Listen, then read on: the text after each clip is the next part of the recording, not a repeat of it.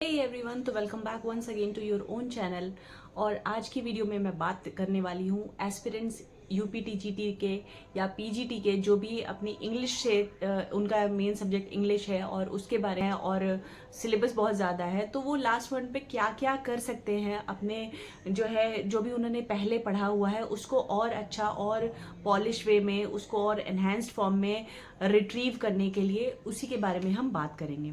तो देखिए, सबसे पहले मैं मेरे पास जो बुक है इस बुक से मुझे बहुत हेल्प मिलती है।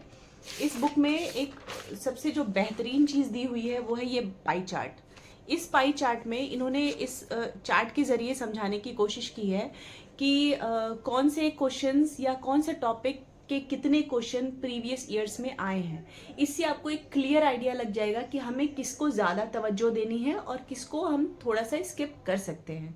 वैसे तो मैं यही कहूँगी, स्किप कुछ भी मत करिए, लेकिन अगर आपके पास 1 महीना या 1.5 महीना बचा है और उसमें भी आप तैयारी करना चाह रहे हो और क्लियर करना चाह रहे हो एग्ज़ाम, तो ये चीज़ें बहुत यूज़फुल होती हैं कि हम किस किस को ज़्यादा इंपॉर्टेंस दें और किसको हम स्किप कर सकते हैं। तो देखिए, मैं आपको एक आइडिया दे देती हूँ। जैसा कि इस पाई चार्ट में आप देख पा रहे होंगे कि लिटरेरी फॉर्म से हमारे 479 क्वेश्चंस बने हैं। तो हमें लिटरेरी फॉर्म्स और टर्म्स को नहीं छोड़ना है।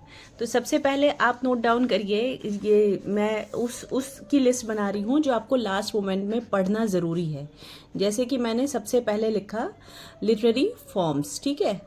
ये बहुत इम्पॉर्टेंट टॉपिक होता है और अक्सर लोग इसको स्किप करते हैं या कंफ्यूज रहते हैं। तो इसको ऐसा पढ़िए कि इससे कोई भी क्वेश्चन बने तो आप कहीं भी परेशान ना हो।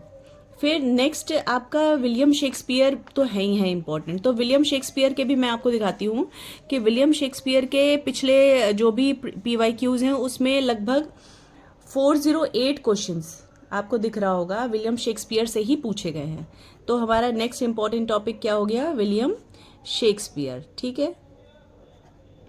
फिर आप आ जाइए उसके बाद में, अब जैसे मान लीजिए फिगर ऑफ स्पीच है, तो फिगर ऑफ स्पीच से भी 179 क्वेश्चंस बने हैं। तो इससे मतलब पता चल जाता है कि संभावना किसकी, प्रोबेबिलिटी बहुत ज़्यादा है। तो हमें फिगर ऑफ स्पीच पे ध्यान देना है। साथ के साथ आपके जॉन कीट्स से देखिए, जॉन कीट्स हालांकि TGT में नहीं पूछा जाता है, लेकिन फिर भी मतलब इस बुक में ओवरऑल दिया गया है, तो इसलिए उसमें लिखा हुआ है कि हाँ जॉन कीट्स से इतने इतने क्वेश्चन बने हैं। विलियम वर्ड्सवर्थ से 211 क्वेश्चंस बने हैं। तो हमारे विलियम वर्ड्सवर्थ भी नेक्स्ट इम्पॉर्टेंट राइटर हो जाते हैं। अभी मैं ये सारे टर्म्स जो हैं वो लिटरेचर के लिए बता रही हूँ। इसके बाद में हम वोकैब की भी बात करेंगे। फिर आपका आ जाता है हिस्ट्री ऑफ इंग्लिश लिटरेचर। अब हिस्ट्री ऑफ इंग्लिश लिटरेचर से भी 325 क्वेश्चंस बने हैं। यानी कि हमें क्या करना है, हमें हिस्ट्री ऑफ इंग्लिश लिटरेचर को भी कवर करना है जितना हो सके उतना। और इसके लिए मैं एक बार फिर से UGC नेट के लेवल के क्वेश्चंस प्रैक्टिस करने को कहूँगी। फिर आप आ जाइए TS इलियट से 158 क्वेश्चंस बने हैं। तो हमें अब TS इलियट को भी नहीं छोड़ना है। फिर आप देख लीजिए गाल्सवर्दी भी हमारे सिलेबस में है। तो जॉन गाल्सवर्दी से कितने क्वेश्चंस बने हैं? 53, ये देखिए। तो इससे अब हमें क्या पता चल गया कि हाँ जॉन गाल्सवर्दी से पूछे जाते हैं पर उतने क्वेश्चंस नहीं पूछे जाते हैं। लेकिन चूंकि राइटर कम है तो मैं ये नहीं कहूँगी कि आप गाल्सवर्दी को छोड़िए, इसलिए जॉन गाल्सवर्दी को भी कवर करना है, सॉरी। ये हो गए। फिर आप आ जाइए, इंडियन राइटर्स भी कभी कभी पूछे जाते हैं। उसमें कमला दास हो गई, मुल्क राज आनंद हो गए, या आपका निसिम एजिकल हो गए। फ्रॉस्ट की भी पोएम्स की कुछ कुछ लाइंस पूछ ली जाती हैं। तो ये आपको रफ आइडिया होना चाहिए और इसमें बहुत ज़्यादा हद तक हेल्प कर देगा आपका PYQ, ठीक है। तो ये इस बार ग्राफ में भी, अगर हिस्टोग्राफ इस चार्ट में भी आप देखोगे तो भी आपको क्लियरली पता चल जाएगा कि विलियम शेक्सपियर का जो ग्राफ है वो देखिए कितना हाई है। फिर इसके बाद में 479 क्वेश्चन सिर्फ बने हैं लिटरेरी फॉर्म्स और टर्म्स से। तो आप ये देख लो कि पहले दो जो मैंने आपको बताया वो कितने इंपॉर्टेंस रख रहे हैं। इसके बाद आप आ जाइए वोकैब पे। ये देखिए, वोकैब का भी इन्होंने इसी तरह से बनाकर दिया है।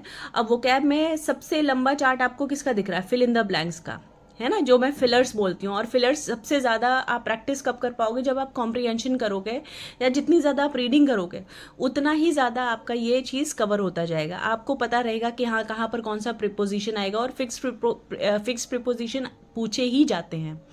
फिर आप देख लीजिए, इसके बाद में दूसरे नंबर पे आता है कॉम्प्रिहेंशन। कॉम्प्रिहेंशन तो डेफिनेटली हर एग्ज़ाम में पूछी ही गई है, उसे आप स्किप नहीं कर सकते हो। और मैंने पहले भी अपनी वीडियो में बताया कि हर दिन 1 से 2 कॉम्प्रिहेंशन सॉल्व करने की कोशिश करिए, नो मैटर आप कितने भी बिजी हैं। फिर तीसरे नंबर पे आप चार्ट देख सकते हो सिनोनिम्स का। देखिए मैंने हमेशा सिनोनिम्स पे फोकस किया है। सिनोनिम्स जो है वो एकदम गेम को पलट देते हैं। जिनका सिनोनिम या सिनोनिम, एंटोनियम, प्रीपोजिशन ये सारा जो मैटर है ना स्ट्रांग होता है, तो वो वही एग्जाम क्लियर कर पाते हैं। देखिए ये शेक्सपियर के, no doubt Shakespeare, Galsworthy, Wordsworth, T S. Eliot, ये सभी लोग पढ़ के आएंगे। मिल्टन, हाँ मिल्टन बहुत इंपॉर्टेंट है, मिल्टन को कैसे भूल गई मैं। जॉन मिल्टन बहुत इंपॉर्टेंट है, जॉन मिल्टन को भी ज़रूर कवर करिएगा।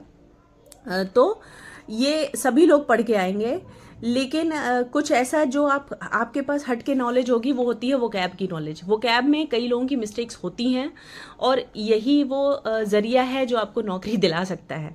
तो इसलिए वोकैब को जितना हो सके उतनी प्रैक्टिस करिएगा। और स्पेशली जो मैंने बोला है आपसे, कॉम्प्रिहेंशन, सिनोनिम्स, एंटोनिम्स, फिर प्रीपोजिशंस, फिर आपका आ जाता है fill in the blanks, common error find करना, 4-5 क्वेश्चन बनते ही बनते हैं। फिर PQRS वाले जो क्वेश्चंस होते हैं, हम्बल जम्बल फॉर्म में सेंटेंस दिए होते हैं, फिक्स क्लास 5 से ही सिखा दिया जाता है ये स्कूल में, और ये थ्रू आउट लाइफ आता रहता है। तो अगर आपने बचपन में पढ़ा है तो आप आराम से इसकी प्रैक्टिस कर पाओगे। फिर इसी के साथ में ट्रांसफॉर्मेशन ऑफ सेंटेंस, जैसे कि एक्टिव पैसिव वाला, डायरेक्ट इनडायरेक्ट।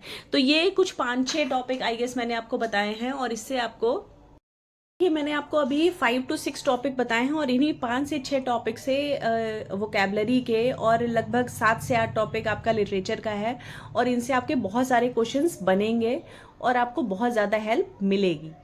तो अगर आप ये चीज़ें कर लेते हैं तो आपका कॉन्फिडेंस बिल्डअप होगा। और नो डाउट मॉक टेस्ट तो आपको डेली एक लगाना ही लगाना है। अब वो समय नहीं रह गया कि आप सिर्फ कंटेंट को पढ़े जा रहे और प्रैक्टिस नहीं कर रहे। आप देखिए जो लोग प्रैक्टिस करते हैं ना, उनको पता रहता है कि हाँ प्रीवियस ईयर में क्या पैटर्न रहा है, कौन से लेवल के एग्जाम आए हैं, कौन से लेवल के क्वेश्चंस आए हैं, तो उन्हें एक आइडिया लग जाता है, और उसी हिसाब से वो टाइम मैनेज करना प्लस खुद को कैसे मेंटली बैलेंस करना है, दोनों चीज़ें सीख जाते हैं। तो ये थी मेरी आज की वीडियो, उम्मीद है आपको पसंद आई होगी। मिलते हैं आपसे अपनी किसी अगली वीडियो में। Till then take good care of yourself, मस्त रहिए, खुश रहिए, मुस्कुराते रहिए। Thank you for watching. और हाँ, वीडियो अगर अच्छी लगती हो तो प्लीज़ सब्सक्राइब जरूर कर लेना चैनल को। मैं इसी तरह की वीडियो, इसी तरह का कॉन्टेंट लेकर के आती रहूँगी। Thank you.